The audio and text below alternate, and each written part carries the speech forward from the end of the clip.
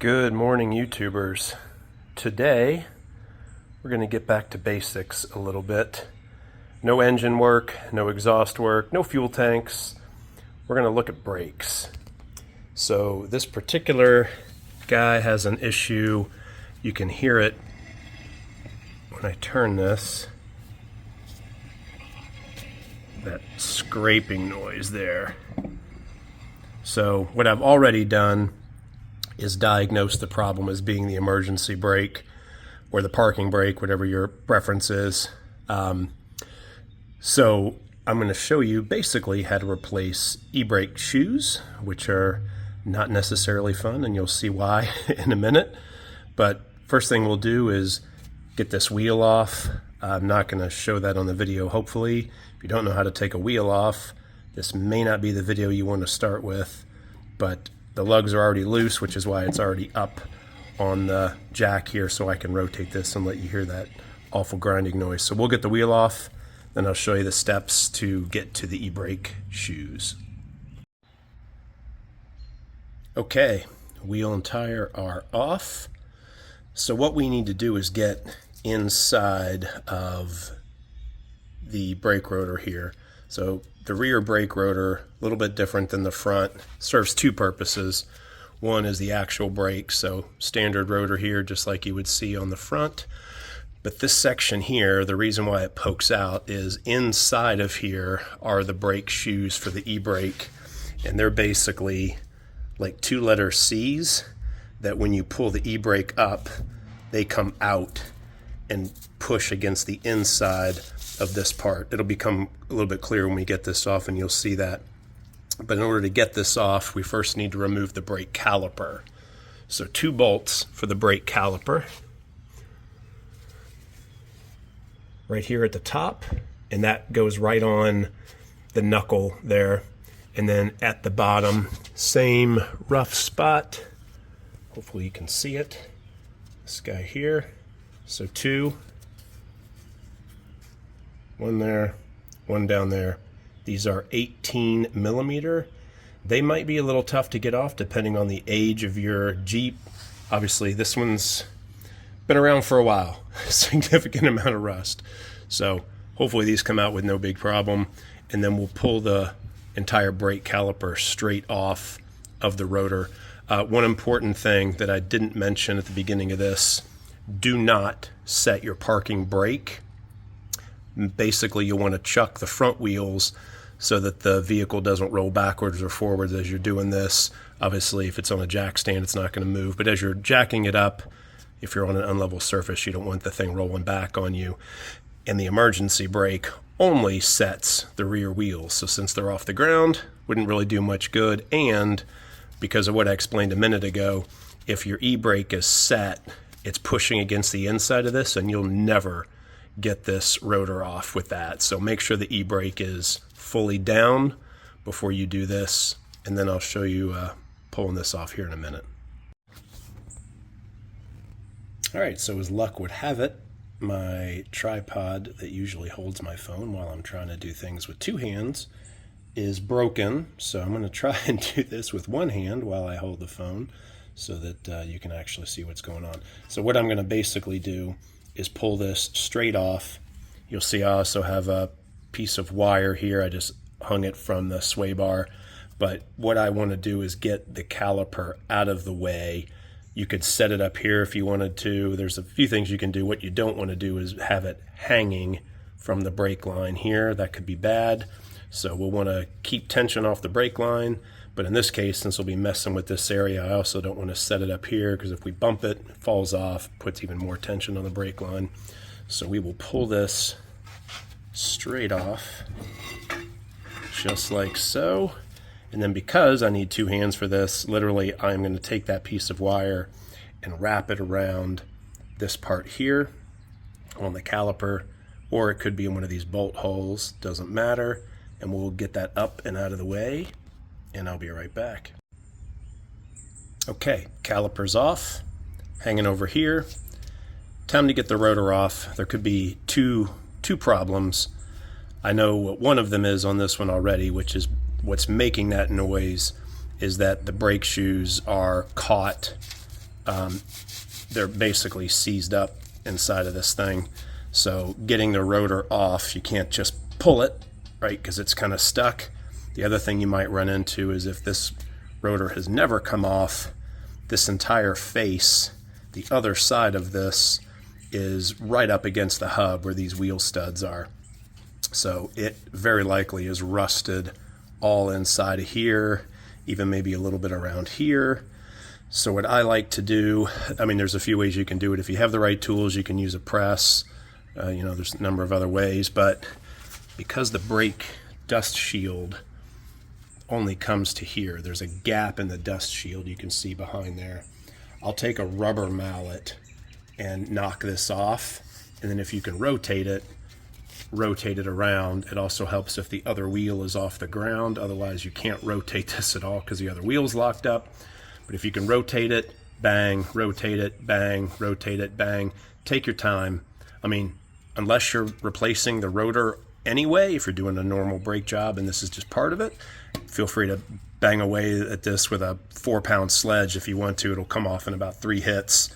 Rubber mallet's a little bit more gentle, keep you from bending the rotor or banging it with a metal hammer, which will cause pitting and chipping on the other side. Not good. So for the purposes of this one, I'm going to take the gentle approach and hit it with a rubber mallet and then turn every few hits so it comes off relatively easily.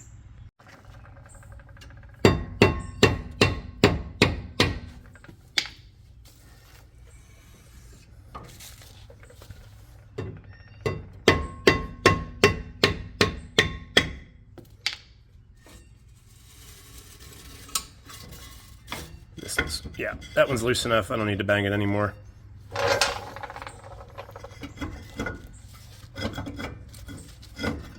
Normally, if I had 2 hands, I would do that all with 2. You'll notice that I have a ton of anti-seize on the inside of this from the last time I did brake work, so it made it a little bit easier. This is that entire area that I was mentioning could be completely fused because of rust. So here will be your first glimpse at the e-brake. So this is one of the shoes here. There's another one at the bottom.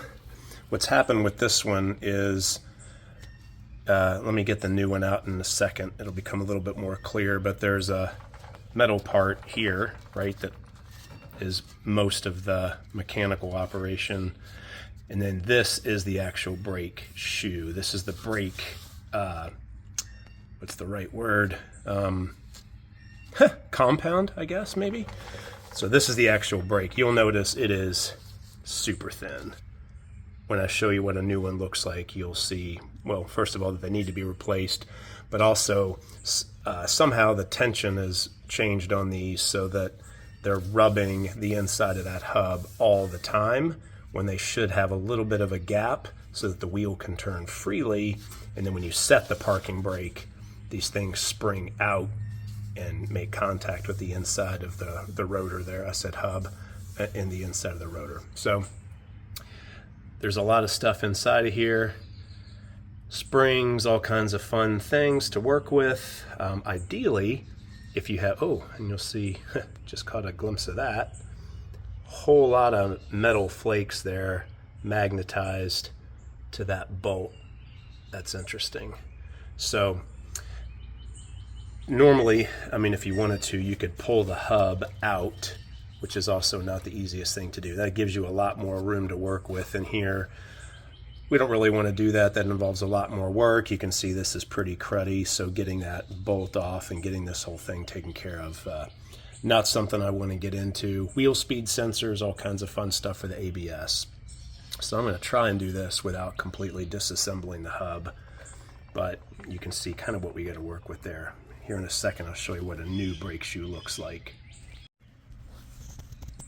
Okay, so let's talk about how these things actually work. I mentioned earlier that when you pull the e-brake, they push up against the inside of the rotor, but how does that actually work? So you'll see back here that spring, that is the e-brake cable, and you'll see it's connected to that little eyelet there. So when you pull the e-brake, it's pulling on that eyelet. Well, what does that actually do? If you look in here, The brakes, the shoes themselves, let me actually get one that's new so you see what it looks like. So this is what each of the brake shoes looks like new. And you'll also notice the amount of material there is much more than that one. So these things pivot. So there's a part here and then a part here. So what happens is when you pull on the e-brake cable, first of all, there's these two springs on either side that are holding those shoes as close together as possible. So there's one there and one on the other side. So those are holding them in place. When you pull the e-brake cable, that little cam that you see there basically pushes this side of the brake shoes apart, and they hinge over here. So it's almost like a Pac-Man, if you will, right? They're kind of doing this. So you pull that e-brake cable, pull that e-brake cable on this end, and it's separating those two pieces from each other, right? And then those are pushing against the inside. So what's holding most of this together really are those two springs. So the first thing that we'll need to do is remove these. They are nasty, rusty, covered in brake dust. This is probably the second most fun part of this job. Getting the springs off is one thing. Getting them back on is a whole nother story. They are small, but they are mighty. These are probably some of the strongest springs you'll ever encounter in terms of tensile strength. So they look tiny, looks like you could just muscle them into place, but yeah, just wait. The other thing is you may break these. If they're old enough, rusted enough, and seized enough, you might snap one as you're taking them apart. I would highly recommend that you wear some kind of safety glasses so you don't get one of these springs in your eye socket, which would not be fun. So unfortunately, because the mount for my camera is broken, I'm probably not going to be able to show you how I get this done. I'm going to try to improvise here and see if I can get it. But what I'm basically going to do next is get a pair of vice grips on those ends. You'll see the two holes. I can't show you with the flashlight. Nope, but I can show you here. On the brake caliper itself, there's holes. This is the end that we're talking about here. So this hole right here is where the spring goes into, and it's literally just a little, like the letter C that comes over the side of it. So you just need to pull the spring up in this case, or down, whichever side you decide to start with, and then get it out of that little hole, and it'll come right out. Same thing with this side, holes in a slightly different place. Up higher on this side of the brake shoe, you'll notice the spring is bigger. So again, depending on how crudted up they are, it might be a little bit more difficult than it appears, but just get them out of those holes, and then the shoes they may even fall off depending on how well they're held in there or how seized up they are, but there's not much else holding them together except for those springs. So step one, well, step like 15 at this point, is get those springs out. Okay, one thing I did forget to mention is to make it a little bit easier, you can change the distance between the shoes. This little guy right here, if I could get my camera, so you'll see there's like this cylinder here with this cog. This is how you make the adjustments for the brakes. So as they wear down, the amount of distance between these and the hub increases, right? So, and when you get new shoes on, you don't want them rubbing, you want them to be set properly. So this is how you set the gap between these two ends, and then that adjusts basically the entire circumference there. So how you adjust this, if it would focus, whoop. I'm right in that sweet spot where it wants to change lenses on me. So turning it, if you're facing from the top at least. You can do a wrench or a screwdriver. This will not turn with your fingers, very likely, but basically get something in there and oh my gosh, the camera's killing me. It stinks not being able to work with two hands. Basically turn it like that, and you'll see down there this gap right here between this piece and that piece will get smaller. So facing from the top, turn it clockwise to reduce this gap. That'll bring the two shoes here a little closer together, which releases a little bit of tension on that spring. That might make your life a little easier. I mentioned earlier I was going to use some vice grips, some locking pliers. So these are what I use. They're very small, and they can get in there and get those spring clips without having to take the hub off. So I'll continue to work the adjustment screw here until I get it all the way basically as close as we can get it. Hopefully that'll help relieve some of that tension and make it easier to get this spring off. Okay, so something that might make your life a little easier. So first spring is off. That's the tiny one, which is this guy right here. Again, a lot stronger than it looks.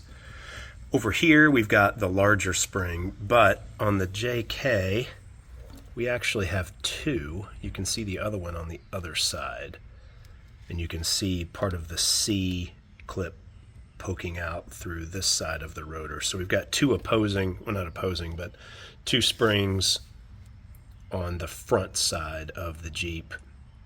Getting these out is a little bit more difficult, but the one thing that's holding the brake shoes side to side, right, from coming apart from the hub is these clips. So one at the top, one at the bottom.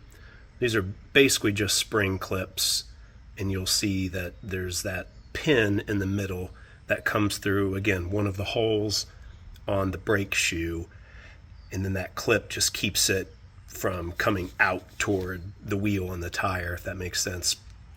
So what we're going to do is undo the top and the bottom clips. Right there is the bottom. And that will allow us basically to pull the shoe off of here and release the tension on these springs. The whole thing will just kind of almost fall apart at that point, and that'll make it a little bit easier to get these springs off. So we're going to do that after having already removed, I hate this camera, after already having removed the front springs there. And I guess it might help for me to actually tell you how to do this. So what we're going to do, they make tools for this, but really it's just as easy to take something like the tip of a screwdriver and put it up against this piece and use a hammer and just push it that way, and then it'll spring out. Again, safety glasses would be good because this thing will spring out and bounce all over the place, might fall to the ground, might hit you in the face. So just basically push it that way. Same thing with the bottom one. Okay, clips are off. Normally, these things just kind of fall. So there's where the brake shoe was. After I remove the clip, you pull it off of, you can see the pin that was coming through right there. So that was just inside of that hole. And normally, the adjuster just kind of falls right off. This one, as you can see, is literally rusted to the two sides of the shoe. It's supposed to just kind of sit in that little C clamp that you'll see here. So it normally just kind of rests in there. It's got its own C that does that. Same thing on the other side for the actual e-brake handle itself, that caliper that moves. This one's seized on there. So I'm gonna, again, take my rubber mallet and just kind of tap these apart gently. You can see on this side, we're still pivoting on the e-brake. What we want to be able to do is lift this up and over this part right here so that it releases the tension on those springs. Right now, basically, the springs are still pulling it against this and against the actual cantilever, lever, whatever the heck this thing is that the e-brake attaches to. I'm losing my words today a lot. But anyway, bang this one off and then see if we can separate these from this side so that we can release that tension on these springs and pull them off. Okay, that's all taken apart. That was a lot harder than I thought it was going to be. That adjuster was pretty seized on there. This is what it looks like. Basically, as you turn that screw, it pushes this out. So that's what sets the adjustment. You can see it's pretty rusted. It was seized on pretty good. It literally should just be sitting on this notch, right, like that. Well, I'm not going to get it all the way in there with the camera, but you see the point. It's not supposed to be like attached. So that's off. One of the pins fell out. That's no big deal. That'll go right back in. But in the meantime, we've got these where we want them so we can get to these guys. So for the screw, or excuse me, for the spring on the back side, all I'm going to do is, you can hopefully see that that's the little piece coming through. I'm going to take a screwdriver, and you can see it's moving. I'm going to take a hammer and tap that so that it goes back up through that hole, and then literally will come out the back side. That'll give me a little bit more room to work with this front one. So we'll do that first. Again, just tap on it with a hammer, get it up and over that little tiny lip. I mean, it's barely hanging on, but you'd be surprised how much force these things take to actually come off. So we'll get this front one done first, then we'll move on to the, we'll get the back one done first, then we'll move on to the front one. Okay, back one's off, as you can see back there. A couple taps with a hammer and a screwdriver, and that fell right off. So now you can see that this side spring, front spring, whatever you want to call it, it's not really, well, I mean, it's the front of the vehicle, but so is that one. Anyway, this spring is pulling the shoe this direction, right, if I let go.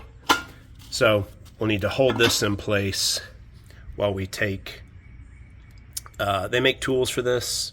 Again, you don't really need them, but a lot of times you can't get the tool in between where it clips anyway, so using a pair of vice grips or something else tends to work just as well, and you can use the hub as kind of a pivot point to lift up on. So we'll get this other spring off, this outside spring off next. Victory. Okay, so there you can see the bottom brake shoe with the two springs still attached, the top shoe that we took off. Get a little bit better view of what that little piston looks like from the e-brake. So this little lever here, when you pull the e-brake and it pulls that cable that way, it basically pulls this and it wants to push up, right? So against one of those little tips of the brake shoe. Doesn't push against both sides. Well, technically it does because it's between them, but the side that actually is pushing is this one. So that opens up that C. So pretty simple operation. These springs are a pain in the butt. I mentioned to you earlier that if you thought getting them off was hard, you're going to love putting them back on. And I'll show you a little tool that I made to do that. I told you they make special tools for these. I just wanted to show you one of these. So this is a spring tool. Basically you unscrew this. If I could unscrew it enough, there you go. You slip the spring in there, right? And then tighten it back down so the spring doesn't slip out. And the spring kind of sits in this, if the camera would focus, sits in that groove. And then when you tighten it back down, right, the screw, basically the handle, holds it in place. The problem with these is there's just not enough room behind that spring and the actual brake shoe. So once you get this thing in, getting it out becomes a real chore. You get this thing stuck inside of there, and it just doesn't, in my experience anyway, doesn't give you enough room to work with when you're up against that brake shoe and things are tight, you know, like this area right here. It just doesn't seem to work very well. So anyway, your mileage may vary. I can't remember how much I paid for these. It does work on some vehicles, but just for whatever reason, it doesn't work on these. So I have created my own poor man's version of this with a flathead screwdriver, and I took basically a die grinder and ground out a little gap in there so I can get it around these hooks and lift it, and then I can pretty easily pull this back out because it's just so thin as compared to that other tool. So I'll show you how I use this. This has come in handy a number of times, and literally it was just an old screwdriver that I used. I used a long one so that I had room to push and pull these pins around, or these springs around, and still, you know, be able to get outside of here, because you have to pull a pretty significant amount to get them to clip up in there. So we'll show you that in just a minute.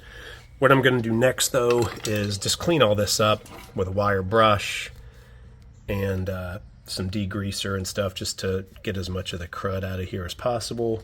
Also these metal shavings, which are very interesting to me.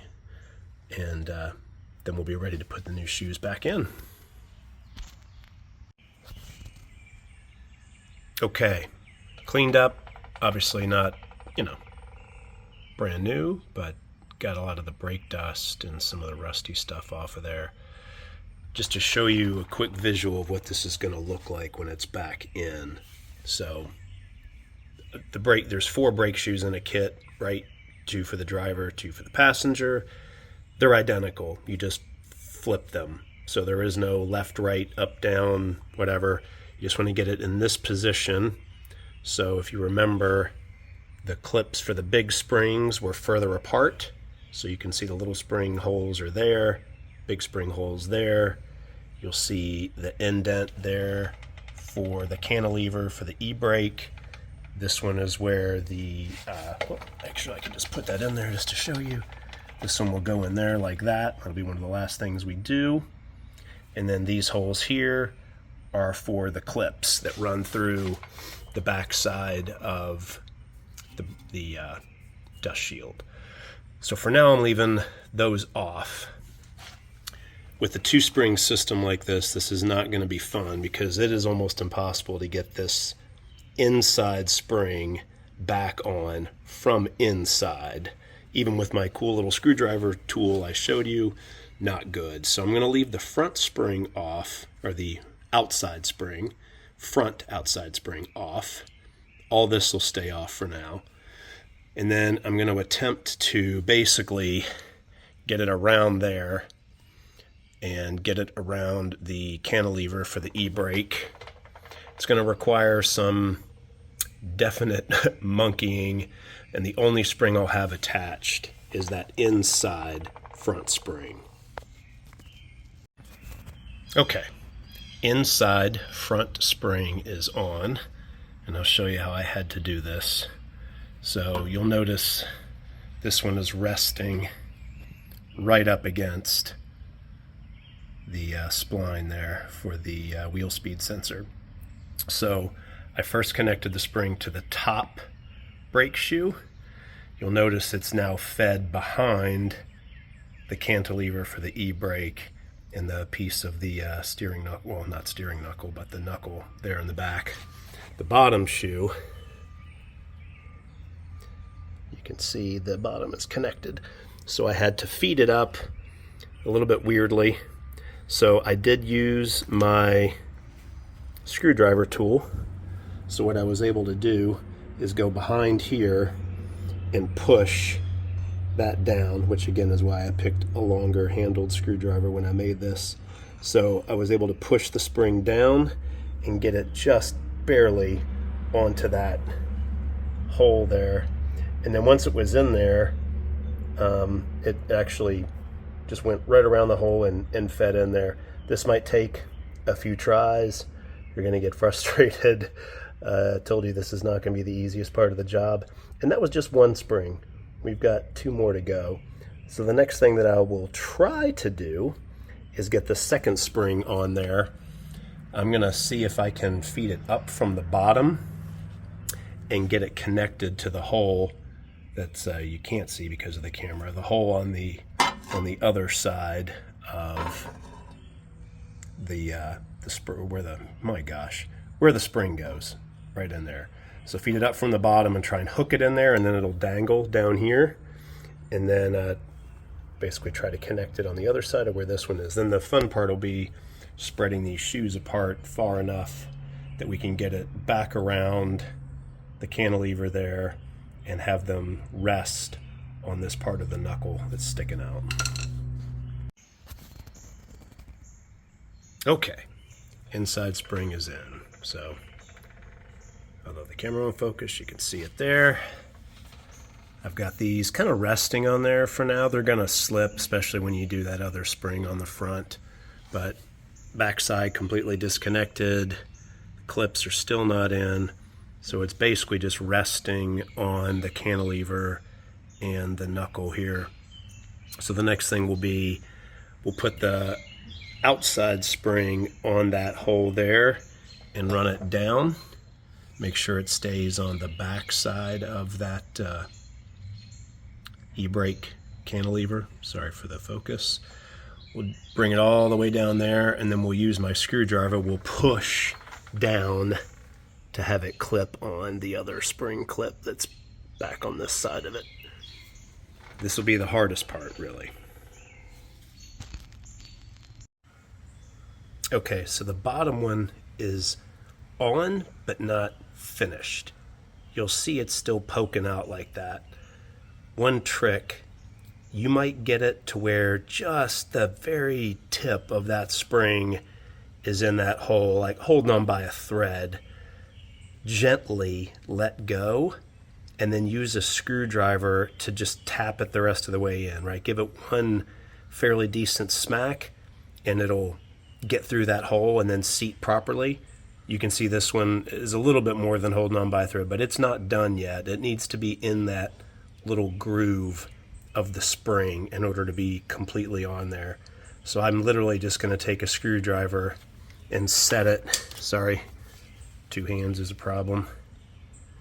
I'm going to set it right there and then just hit it with a hammer. In fact, I just did. Didn't even have to hit it with a hammer. I was able to push it the rest of the way on. All right, you can see these two are still kind of messed up. We'll get those into the right position, make sure that the cantilever there is actually seated on, or the brake shoes rather, are seated on the cantilever, and then get these back here, and then we'll put the pins and the clips back in, and then the last piece will be this side, which will be relatively easy in comparison to these two.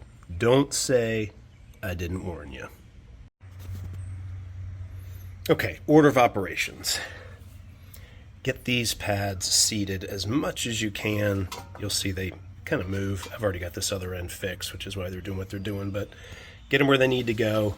At the end of this, the caliper, I keep calling it 800 different things. The cantilever here will be right up against this piece here. So right now it's kind of poking that way. You'll see the shoe is also that way. Don't worry about that for now. My suggestion is to get the adjuster in there first, because that will make putting the clips back in a little bit easier. Otherwise, the springs are fighting you. You're trying to hold this shoe up while you're pushing the pin in, compressing the clip. Like, it's just a pain in the butt. So put this in. I mean, it's pretty simple. You know, you'll see, excuse me, you will have cut. You will have seen that there is a notch here. My camera keeps changing lenses on me. And there's a notch at the bottom. The adjuster wheel goes to the bottom. Make sure it's all the way compressed, and just set it on there, set it on the top, and get these relatively lined up. You'll see it's almost in line with the edge of the dust shield there. This side we'll fix in a minute, but this will make it easier to get the clips back in. So basically, from the back, you'll put that clip, that pin in there. You'll see it coming through. And then you'll line up, and I can't do this with one hand, line it up on that hole right there. And then to put the clip on, So you have to compress these things, right? So at the same time you're compressing, you need to push them over the actual head of the pin that's coming through. So what I do is I take my same kind of needle nose pliers and I open them up just wide enough to get on either side of that screw or that clip pin there, like that. Then I can use these to push at the same time I'm sort of like tapping it this way to get it over the top of that head. Hope that makes sense. So it starts like this, and then you'll be pushing it this way to clip over the top of that thing. But you got to get it compressed just to get around that stud that's poking out. So same for the bottom. Do both of these next. Last piece we'll do is that spring. All right, so minus one spring. We're pretty much done. I just wanted to show you what everything looks like in the right position. So the shoe itself, not flush, but at least in line with this part of the dust shield here. So not sticking way up, not up and over the top of it, which happens sometimes, especially when you're putting the clips in. Here's what the clips should look like. The springs, and I mentioned earlier that the cantilever should be right up against the knuckle. So you'll see how that is there, flat up against. And then the two shoes are right in line with the edge there. Both springs are on. The adjuster is there. The last thing we'll be doing is putting in the little spring, which goes between, don't know why my light's not working, that hole and that hole. Seems easy. It will be easier than the other two, but still, none of these springs are what I would call easy. Then the last thing we'll do is make some adjustments with that so that the parking brake actually works and it's not rubbing against the inside of the rotor like it was before. Okay, last piece is the adjustment. This one is going to take even more patience than probably the rest of the project. There's a few ways to do this. The best way to start, so the adjuster cam is here. You should be able to turn it with your fingers for the most part, right? So it shouldn't be that hard. You might get to a point where it's good and snug and you'll need to use a screwdriver or something and just kind of tap it. From the top, you'll be turning it counterclockwise to spread these out and basically open up, right? So you want it in the perfect spot is where it's not rubbing the inside of the hub as you're just driving, right? Because this thing is staying still and the wheel is turning around it, and you don't want it grinding or rubbing, which is what the original problem was.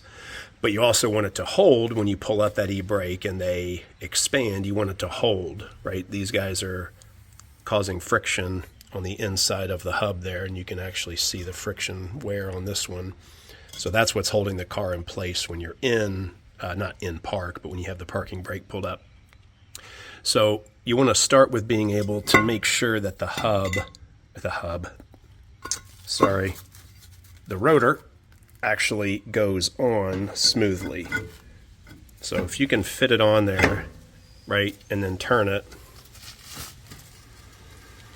then that's good. So what you want to do is basically turn the cam adjustment a little bit, try this again, turn it, try it, turn it, try it, until you get to the point where this doesn't go on easily, or it goes on, maybe you have to fight a little bit, and then it, like, the wheel won't turn, and then back it off just a little bit.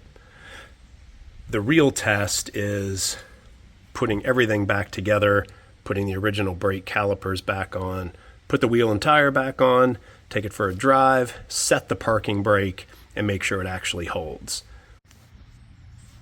Okay, we've set the adjustments. I think it's in good shape. I'll have to take it for a test drive and maybe rinse and repeat some of this, but for now I think we're good. The last piece, reattach the caliper to the knuckle. Again, these are 18 millimeter bolts. Now, one of the problems I didn't really point out when I was talking about taking them off is this sway bar link is in the way once you get these on here, so you can't use a large socket wrench, unfortunately. I end up using just one of those ratcheting crescent wrenches. So basically this guy. So this end ratchets, makes it a little bit easier. Again, 18 millimeter. That'll help. The problem is you won't be able to set the torque, but if you do have a torque wrench that you can fit in there, the torque specs for these two bolts that attach the caliper to the knuckle are 55 foot-pounds. Not that much. You could also maybe just tighten it to touch if you're a strong guy, maybe. So no big deal there. 55 foot-pounds, 2 bolts, and you're done. You basically just slide this back on, and you may have to mess with the shoes. You'll notice that the brake pads here have moved a little bit. They came out of the channel, so just finagle them and then slide it right back on. That's assuming that you did not touch the brakes while the car was sitting up. If for some reason you lifted the Jeep and you got in it and touched the brake, odds are you compressed the piston here and it's not going to fit back on. Then you need to go back to another video on how to do basic brakes, and you'll see how to compress the piston back in so you can fit it around the rotor. You'll need to do that if you change the rotor, because the rotor thickness is now bigger. If you change the pads are now thicker. So all that together means you need to open that back up. Hopefully you didn't do that, so you can just slide this back on. Once you've done that, wheel and tire go back on. And just in case you didn't know, torque specs for JK wheels are 95 foot-pounds. If you have aftermarket wheels, the torque specs may be different. So please check with your wheel manufacturer to make sure you're using A, the right lug nuts, and B, the right torque specs. But for this one, 95 foot-pounds. If you have stock wheels, stock lug nuts, I said 55, 95 foot-pounds. 95 for these, 55 for those. Okay, I'm going to try and show this. This is not a great spot. This is truly the last step that you're going to have to do.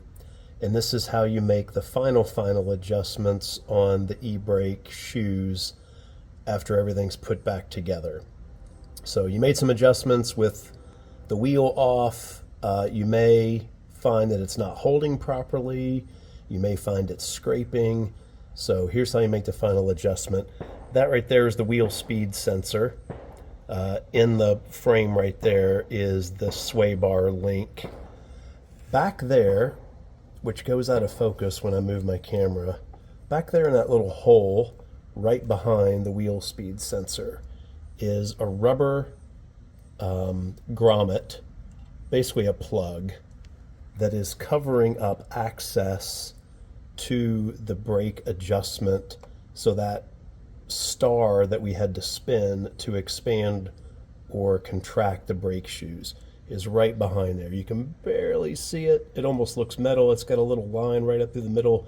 Every time I move my camera a little bit over, it goes out of focus, but you can see it back there. It's not the easiest thing to get to. You could remove the sway bar link if you wanted to.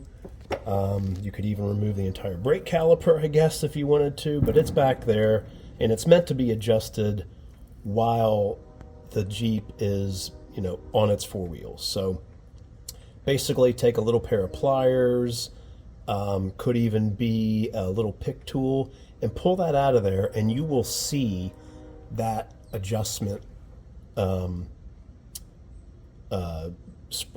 My gosh, I'm losing my language. You'll see the adjuster there. So basically you can take a screwdriver and you turn it. If you're on the right side of the Jeep, which is what I'm showing you here, you will turn that adjustment screw toward the front of the Jeep. And basically you'll keep turning it until it stops. So at that point, the shoes are completely expanded up against the inside of the rotor. And then you want to back it off 6 detents. So basically 6 of those little splines, rotate through 6 of those, and that should be good. You could also lift the vehicle and try and rotate the tire and see if you hear any scraping. Take it for a test drive, see if you hear any scraping. 6 detents is good. Mopar says you can go up to 17.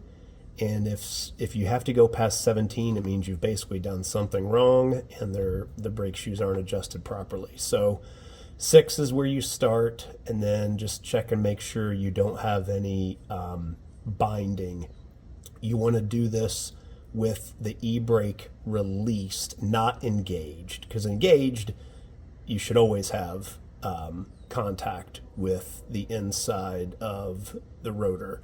So right side of the vehicle, turn it to the front. If you're doing the left side of the vehicle in the United States, that would be the driver's side. You turn it toward the rear. So again, turn it till it stops, then back off 6 detents, take it for a test drive. If it's good, then you put this rubber grommet back in, and you are off to the races. I wish I could show you. I'm using 2 hands right now because there's no good place to put this camera with all this stuff in the way here. So I'm holding a flashlight, holding the camera at the same time, but that will be your final adjustment. That's it. I hope this video was helpful. I know it was a whole lot of explanation, including this last segment. If you just want to get to the business of doing the shoes, when I put this video up, I'll provide some spots in the video. You can just fast forward through all my explanation and just get right to the business of getting these things adjusted. So appreciate you watching. Thanks.